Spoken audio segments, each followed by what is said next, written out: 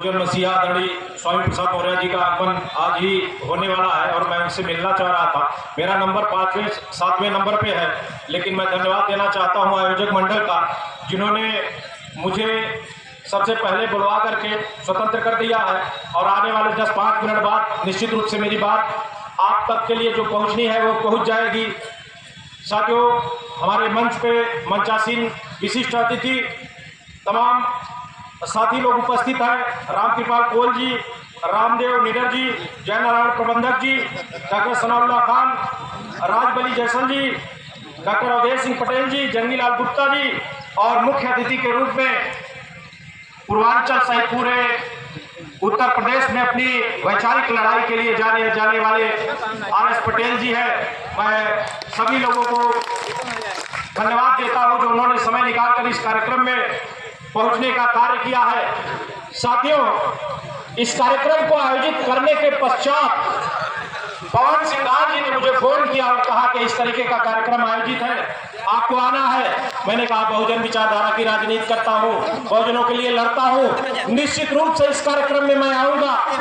साथियों, अगर किसी कार्यक्रम का आयोजन होता है तो उसका कोई कारण होता है और कारण यह है कि संविधान संकट में है और इसलिए संविधान महोत्सव का आयोजन किया गया है।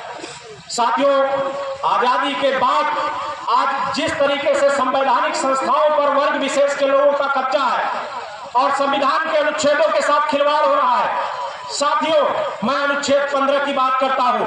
अनुच्छेद 15 ये कहता है कि इस देश में किसी के साथ भी जाति के आधार पर, धर्म के आधार पर, क्षेत्र के आधार पर, रंग के आधार पर भेदभाव नहीं होगा। क्या इस देश में भेदभाव नहीं हो रहा है या नहीं? हाँ या ना में जवाब दीजिएगा। भेदभाव हो रहा है और सत्तासीन लोगों द्वारा हो रहा है, मनुवादी सामंतवादी लोगों द्वारा हो रहा है। और इस संविधानिक महोत्सव के आयोजन का उद्देश्य होगा कि डॉक्टर अंबेडकर के संविधान को पूरी तरह लागू किया जाए।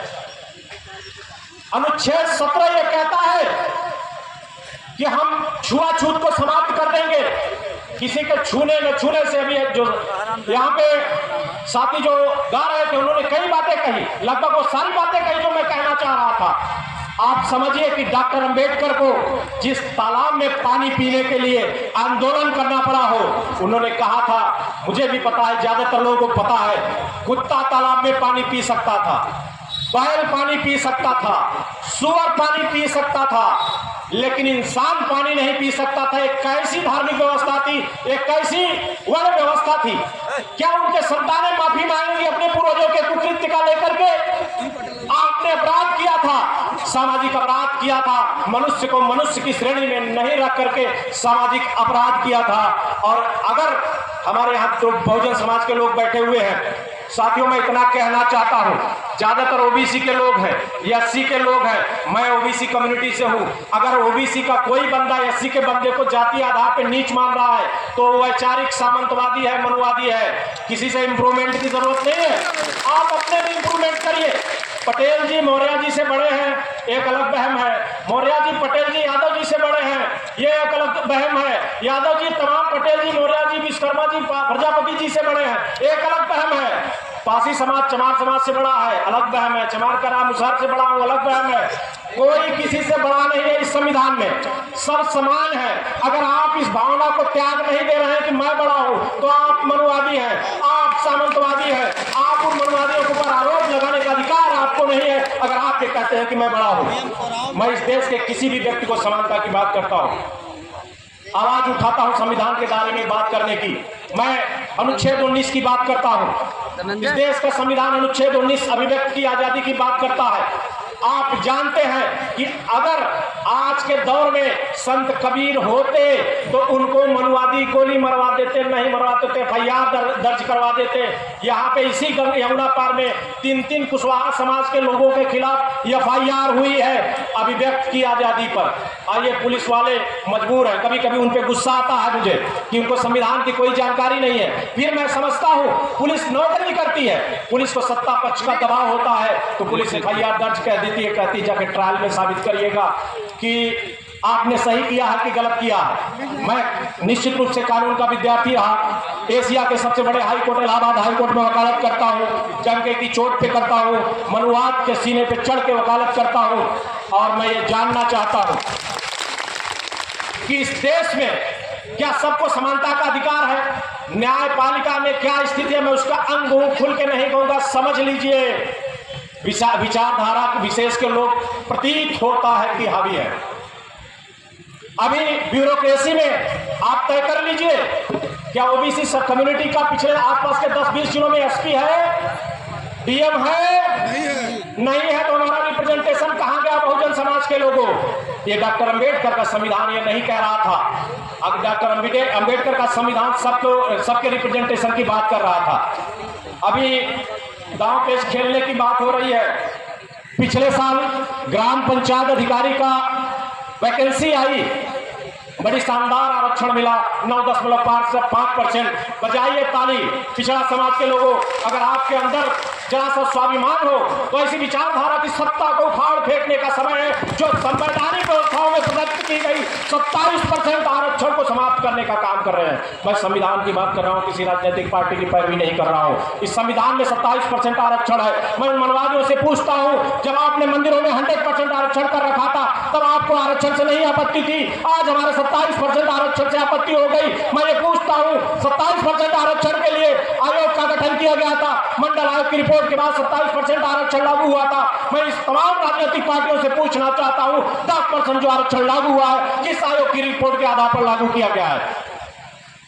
3% लोग 10% पे कब्जा करेंगे और हम 60% लोग 27% में लिमिट में रहेंगे। आप ये देखिए, ये सरकारें, सत्तासीन लोग पिछड़ा समाज के कुछ लोगों को गुलाम बना करके उनको प्रधान मुख्यमंत्री और छोटा छोटा मलाई दे रहे हो, समाज के बड़े वोट बैंक को ले रहे हैं। इस बात को आपको समझना होगा। संविधान के साथ खिलवाड़ लगातार चल रहा है। अभी एक और वैकेंसी आई है, अभी कल परसों की वैकेंसी है साथियों, मैंने अपने सोशल मीडिया पे शेयर किया था। मेडिकल फार्मास्यूटिकल्स का कोई वैकेंसी है, 1002 वैकेंसी आई है। हाँ। 1002 वैकेंसी में एससी कम्युनिटी का पूरा रिजर्वेशन है। चलिए इनको धन्यवाद दे दीजिए कि उनका नहीं रिजर्वेशन है। हमारे 27% आरक्षण को 12.6% आरक्षण उसमें दे दिया गया है।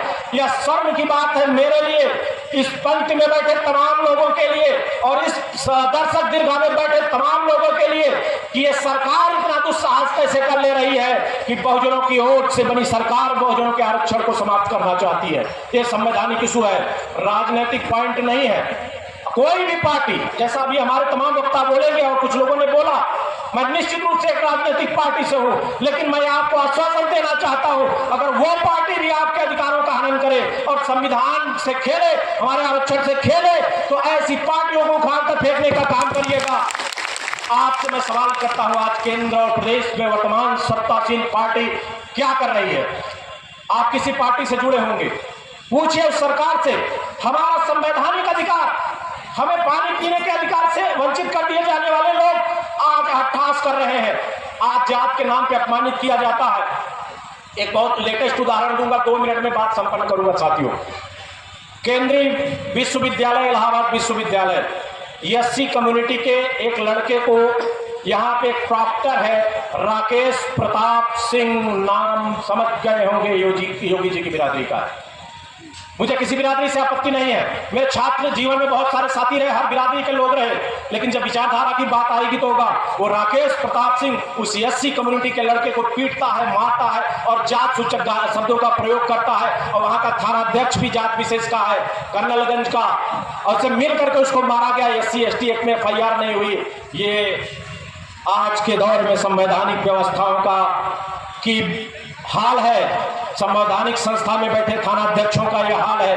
थानाध्यक्ष का दोष नहीं है, ऊपर से ऊपर बैठे लोग आदेश देते हैं कि ऐसा करो। हंसिए आप लोग। यहाँ एक हमारे साथी गुप्ता समाज से भी है, एक दोहा बड़ा प्रचलित हुआ था, दोहा है, चरपाई है, क्या है, मैं तो धार्मिक नहीं हूं। जय बलनाथम तेली कुमारा स्वपच की रात कोल कलवारा, हंगामा मच गया, FIR दर्ज हो गई।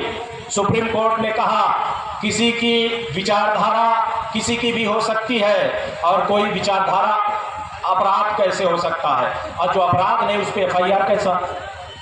मैं बात कर रहा हूं माननीय स्वामी प्रसाद दीपू मौर्य जी के ऊपर मनवादियों द्वारा कराए गए एफआईआर का, जिसमें सुप्रीम कोर्ट ने स्टे देते हुए कह दिया कि किसी की भी कोई विचारधारा हो सकती है, कोई विचारधारा प्राप्त हो सकती है। मैं वापस रिपीट कर रहा हूं, तो ताकि जो तेली समाज के लोग हैं उनमें थोड़ा उबाल आए। जय बलराधन तेली कुम्हारा सपच की रात कोल करवारा, ये लाइन ईश्वर ने तो नहीं लिखी थी, जिसने भी लिखी थी उनको तमाम कोल समाज के लोगों और तमाम से आपत्ति रही होगी।